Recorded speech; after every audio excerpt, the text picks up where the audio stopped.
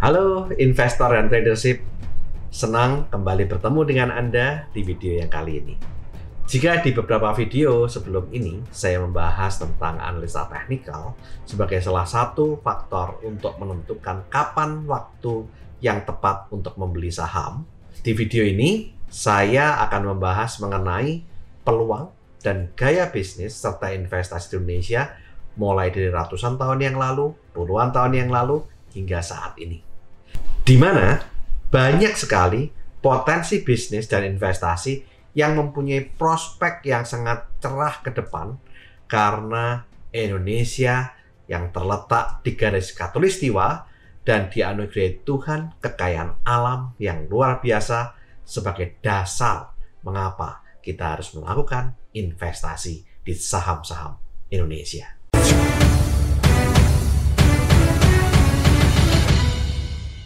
Tahukah Anda sejak kapan investor asing melakukan bisnis atau perdagangan di Indonesia? Menurut catatan dari Dinasti Han, hubungan dagang antara Tiongkok dan Jawa Dwipa atau Jawa telah terjalin sejak tahun 131 sebelum Masehi. Pada abad ke-13, datang pedagang yang berasal dari Gujarat, Persia, dan Arab. Dan kemudian pada abad 15 datang pedagang yang berasal dari Portugis, Spanyol, Inggris, Prancis, dan Belanda. Salah satunya adalah Verenigde Oostindische Compagnie atau dikenal dengan nama VOC atau Persatuan Perusahaan Hindia Timur yang didirikan pada tanggal 20 Maret 1602 di Belanda. VOC adalah perusahaan multinasional pertama sekaligus perusahaan pertama di dunia yang mengeluarkan sistem pembagian saham. VOC merupakan sebuah persekutuan badan dagang yang istimewa karena memiliki monopoli aktivitas perdagangan di Asia dan didukung oleh negara dan diberi fasilitas serta hak-hak istimewa atau oktroi. Misalnya, VOC boleh memiliki tentara, memiliki mata uang, bernegosiasi dengan negara lain, hingga menyatakan perang. VOC dimiliki oleh Heren 17 atau 17 tuan dari 6 negara bagian atau Kamers dari Amsterdam, Middelburg untuk Zeeland, Enkhuizen, Delft, Hoorn, dan Rotterdam, di mana Kamers Amsterdam berjumlah 8 delegasi. Ke-17 tuan memiliki saham sesuai proporsi modal yang mereka bayarkan. Sebenarnya, sebelum VOC melakukan perdagangan di Indonesia, perdagangan rempah-rempah didominasi oleh Portugis yang sudah berdagang rempah-rempah dari Nusantara. Pada 31 Desember 1600, Inggris mulai mendirikan perusahaan dagang di Asia bernama Perusahaan Hindia Timur Britania yang berpusat di Kalkuta. Perancis pun tidak mau ketinggalan dengan mendirikan Perusahaan Hindia Timur Perancis pada tahun 1604. Di masa itu terjadi persaingan sengit di antara negara-negara Eropa, yaitu Portugis, Spanyol, Inggris, Perancis, dan Belanda untuk memperebutkan hegemoni perdagangan di Asia Timur. Pada awalnya, tujuan utama bangsa-bangsa Eropa ke Asia Timur dan Tenggara, termasuk ke Nusantara atau Indonesia, adalah untuk perdagangan. Demikian juga dengan VOC. Tetapi misi dagang itu kemudian dilanjutkan dengan politik pemukiman atau kolonisasi dilakukan oleh Belanda dengan kerajaan-kerajaan di Jawa, Sumatera, dan Maluku. Dari latar belakang perdagangan inilah awal kolonialisasi bangsa Indonesia atau Hindia Belanda berawal. Awalnya, VOC berbisnis dengan raja-raja di Nusantara. Tetapi karena melihat kondisi alam Indonesia yang kaya, timbullah keserakahan dan didukung oleh VOC boleh memiliki tentara, persenjataan modern, memiliki mata uang, bernegosiasi dengan negara lain, hingga menyatakan perang. Akhirnya misi dagang berubah menjadi penjajahan. Awalnya mereka memiliki tentara dan senjata untuk mengamankan aset mereka.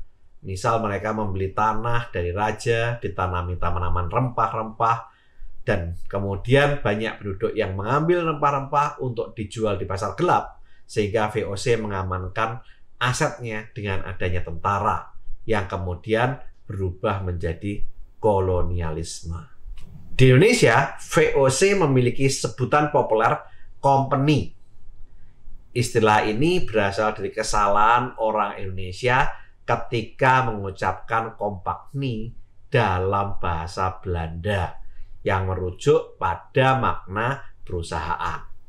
Tetapi rakyat Indonesia lebih mengenal company sebagai tentara Belanda karena penindasannya dan pemerasannya kepada rakyat Nusantara. Pada tanggal 31 Desember 1799, karena banyak pejabat VOC yang korupsi, menyebabkan utang VOC membesar, sehingga VOC dinyatakan bangkrut dan pailit oleh Gubernur Jenderal VOC Van Overstraeten, sehingga semua utang piutang dan segala milik VOC diambil alih oleh pemerintah Belanda.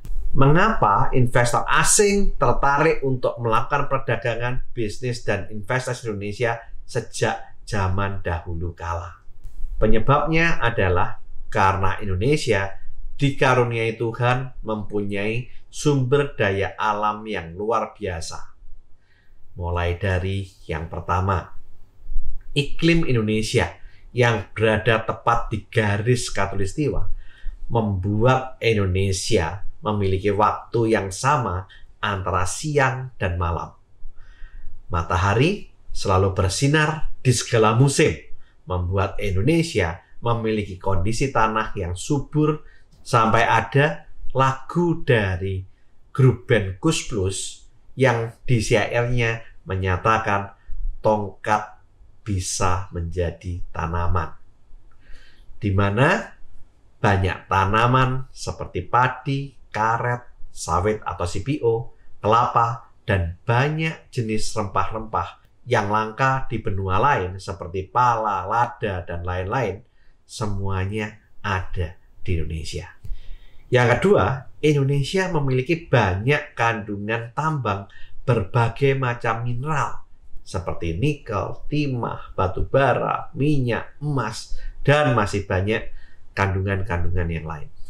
Yang ketiga, Indonesia adalah negara kepulauan yang terdiri dari 17.500 pulau yang mempunyai garis pantai sepanjang 81.000 km dan memiliki luas wilayah laut Indonesia itu mencapai 62% dari luas Indonesia dan mempunyai luas 3.257.357 km persegi dan memiliki jumlah dan jenis ikan terbanyak di dunia, sehingga banyak nelayan asing yang berupaya untuk melaut dan memancing di perairan Indonesia secara ilegal sampai zaman Menteri Susi menertibkan dengan banyaknya menenggelamkan kapal asing yang mencuri ikan di perairan Indonesia.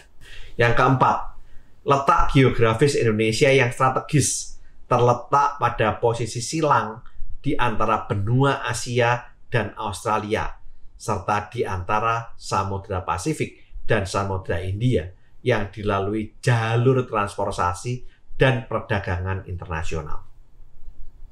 Di masa Hindu-Buddha, ada dua kerajaan yang kuat dalam maritim, yaitu Kerajaan Sriwijaya pada abad 8-9 Masehi dan Kerajaan Majapahit pada abad 13 Masehi. Pada masa itu, baik Sriwijaya maupun Majapahit sudah melakukan hubungan perdagangan internasional baik dengan Tiongkok atau Cina ataupun dengan para pedagang dari Arab, Gujarat, dan Persia. Kemudian di masa kolonialisme pada abad ke-16, negara Barat saat itu memiliki armada niaga dan militer yang kuat dan peralatan yang lebih modern, di mana saat itu banyak kerajaan yang melemah karena dipaksa menjadi kekuatan imperium di pedalaman. Pada masa Orde Lama, yaitu tahun 1945 sampai 1965, pada tanggal 13 Desember 1957, ada deklarasi Juanda, di mana kekuatan maritim Indonesia dibangun kembali. Pulau-pulau dan wilayah perairan Indonesia menjadi bagian dari NKRI. Deklarasi ini diperkuat dengan Undang-Undang Nomor 4 tahun 1960 tentang perairan Indonesia. Pada masa Orde Baru tahun 1966 sampai 1998, kekuatan maritim mengalami kemunduran karena program-program Orde Baru mengutamakan pembangunan di bagian darat. Pada tahun 1982, Indonesia menyepakati United Nations Convention on the Law of the Sea atau UNCLOS dalam konferensi yang diadakan oleh PBB. Pada masa reformasi sampai dengan sekarang ada beberapa deklarasi. Yang pertama, deklarasi Bunaken yang waktu itu di masa pemerintahan B.J. Habibie. Kemudian yang kedua, Departemen Eksplorasi Laut yang dibentuk zaman Presiden Abdurrahman Wahid. Yang ketiga, dikeluarkan Seruan Sunda Kelapa pada masa Presiden Megawati. Yang keempat, World Ocean Conference oleh Dewan Kelautan Indonesia di masa Presiden Susilo Bambang Yudhoyono. Dan yang kelima, pembangunan maritim dengan 5 pilar utama pada saat era Presiden Bapak Joko Widodo. Letak geografis Indonesia yang strategis membuat Indonesia merupakan salah satu negara maritim yang diperhitungkan oleh dunia internasional. Karena yang pertama, Indonesia terletak di jalur strategis perdagangan internasional yang disebut Jalur Sutra Laut, yaitu dari Tiongkok ke Indonesia melalui Selat Malaka ke India. Yang kedua, Indonesia terletak pada posisi silang di antara benua Asia dan Australia, serta di antara Samudra Pasifik dan Samudra Hindia. Lokasi ini menguntungkan Indonesia karena menjadi inti jalur perdagangan lalu lintas dunia dan menjadi jalur transportasi negara-negara lain. Yang ketiga, Indonesia memiliki 4 choke point dari 10 choke point di seluruh dunia. Keempat choke point tersebut berada di Selat Malaka, antara dataran Asia dan Pulau Sumatera. Kemudian Selat Sunda, antara Pulau Sumatera dan Pulau Jawa. Kemudian Selat Lombok, antara Pulau Bali dan Nusa Tenggara Barat. Dan Selat Ombai Wetar, antara Pulau Alor dan dataran Sunda Kecil. Hal ini membuat alur laut kepulauan Indonesia merupakan alur laut yang ditetapkan sebagai alur untuk pelaksanaan hak lintas alur laut kepulauan berdasarkan Konvensi Hukum Laut Internasional. Di Indonesia ada 4 choke point, yaitu Alki 1 atau Selat Sunda, Alki 2 Selat Lombok, dan Alki 3 Selat Ombai Wetar. Yang keempat, pemerintah Indonesia saat ini membangun tol laut untuk jalur perdagangan laut. Jalur laut adalah jalur yang paling efisien untuk mengangkut barang dalam jumlah besar. Tujuannya adalah untuk meratakan distribusi baik orang, barang maupun jasa melalui jalur laut ke seluruh Indonesia dengan biaya yang terjangkau dan efisien. Mengapa jalur laut efisien dalam transportasi dan perdagangan? Yang pertama, memiliki kapasitas muatan yang besar. Yang kedua, regulasi pelayaran dan keselamatan kapal selalu ditingkatkan, sehingga kapal termasuk transportasi yang aman. Yang ketiga, lebih ramah lingkungan, karena regulasi dalam mengatur pencemaran dan pemakaian bahan bakar saat ini makin ketat. Yang keempat, setiap daerah di Indonesia memiliki laut, sehingga pengiriman melalui laut dapat mencakup banyak wilayah dan dapat memasuki wilayah-wilayah terpencil. Dari hasil pengalaman saya tentang bisnis dan perdagangan di Indonesia, mulai dari zaman ratusan tahun yang lalu sampai dengan saat ini, saya menyimpulkan bahwa iklim bisnis dan investasi di Indonesia bisa dikategorikan dalam 3 gaya bisnis dan investasi. Yang pertama, gaya bisnis dan investasi zaman tahun 1600 sampai 1900. Seperti yang dilakukan oleh VOC, di mana berawal dari misi dagang yang kemudian menjadi kolonialisme atau penjajahan, di mana hanya segelintir orang yang bisa memiliki bisnis dan menikmati keuntungan. Yang kedua, gaya bisnis dan investasi puluhan tahun yang lalu, saat Indonesia sudah merdeka. Untuk memiliki sebuah bisnis, investor harus bisa melakukan lobby dan negosiasi untuk membuat bisnis atau melakukan investasi. Dalam hal ini, untuk bisa membangun bisnis, kita harus punya modal yang besar, sehingga hanya orang tertentu yang punya modal besar dan koneksi yang luas yang bisa membuat bisnis dan melakukan investasi. Gaya bisnis dan investasi ini memungkinkan sekelompok orang memiliki bisnis dan investasi. Yang ketiga, gaya bisnis dan investasi saat ini, di mana ada perubahan gaya bisnis dan investasi yang mencolok dengan adanya transparansi, keterbukaan informasi, dan kemudahan untuk melakukan bisnis dan investasi. Memungkinkan banyak UMKM dan investor baik lokal maupun asing melakukan bisnis dan investasi di Indonesia.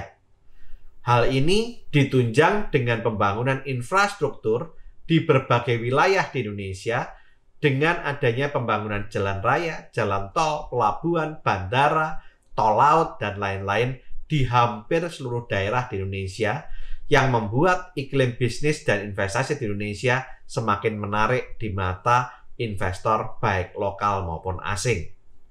Dan ditambah dengan adanya Bursa Efek Indonesia dan banyak perusahaan tertutup yang kemudian melakukan IPO atau go public, mulai dari perusahaan BUMN, perusahaan swasta nasional, sampai perusahaan swasta asing, yang memungkinkan masyarakat umum atau investor retail dengan modal kecil bisa melakukan investasi dan mendapat keuntungan mulai dari pembagian hasil usaha atau dividen sampai dengan peningkatan nilai aset atau valuasi dengan cara mendapatkan capital gain dengan membeli saham-saham perusahaan besar di Indonesia. Gaya bisnis dan investasi saat ini membuat semua orang bisa memiliki bisnis dan investasi di Indonesia dengan membeli saham di Bursa Efek Indonesia, sehingga menciptakan pemerataan kemakmuran di Indonesia. Menariknya, dalam 2 tahun terakhir, kesadaran masyarakat Indonesia untuk melakukan investasi di Bursa Efek Indonesia meningkat pesat.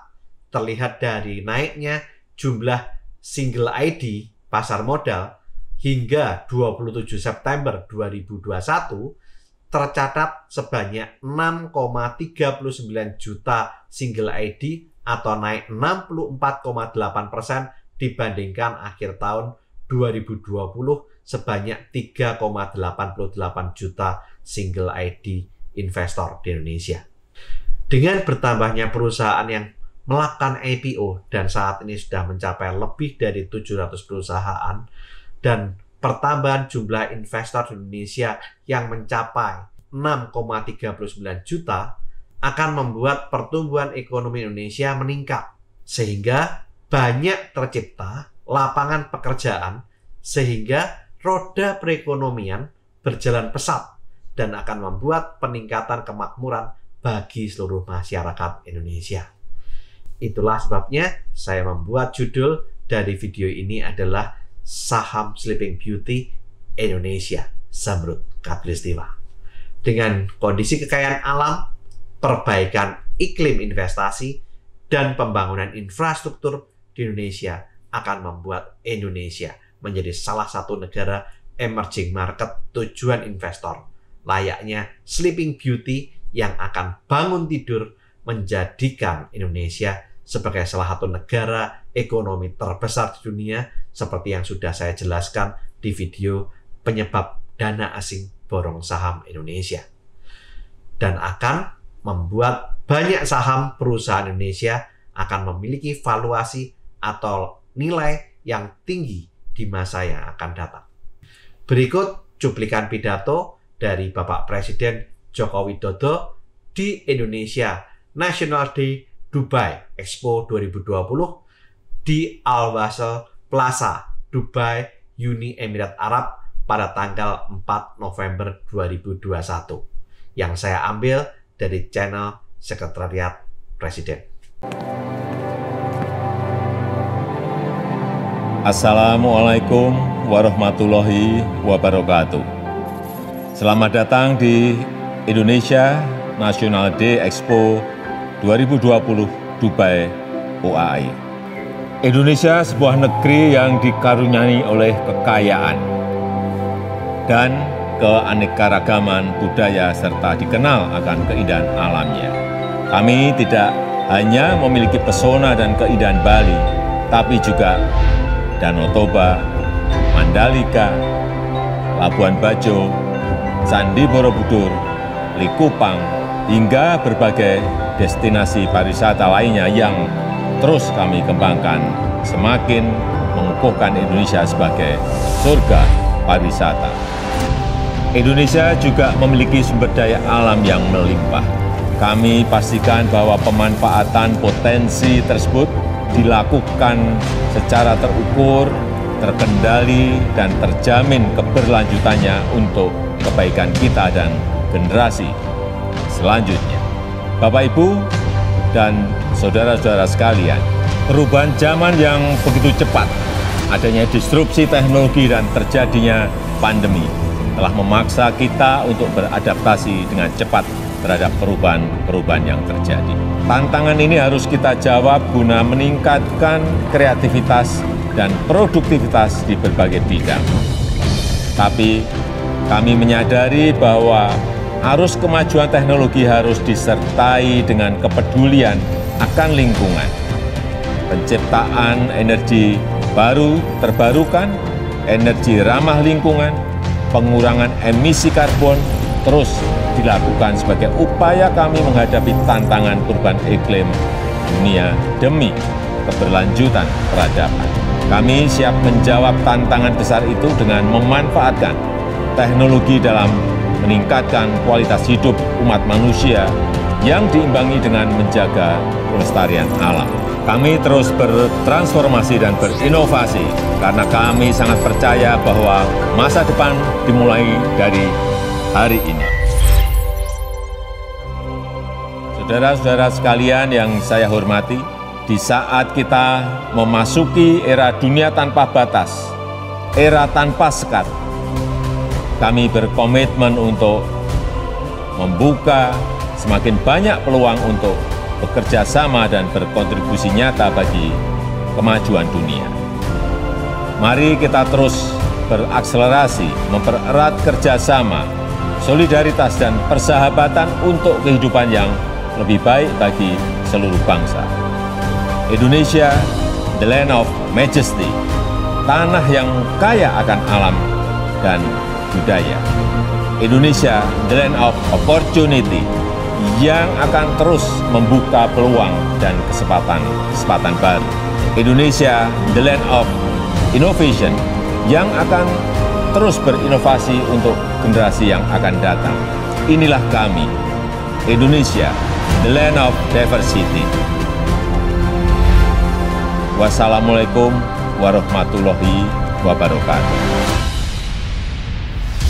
This is Indonesia, the emerald of the equator, an aquatic paradise of thousands of islands, and breathtaking natural and cultural wealth. Video ini dibuat untuk edukasi, bukan ajakan untuk membeli ataupun menjual saham. Jika Anda membeli atau menjual saham karena melihat video ini, segala keuntungan ataupun kerugian merupakan tanggung jawab Anda pribadi. Disclaimer on. Oke, lakukan terus saving, investing, protecting agar hidup Anda makin sip.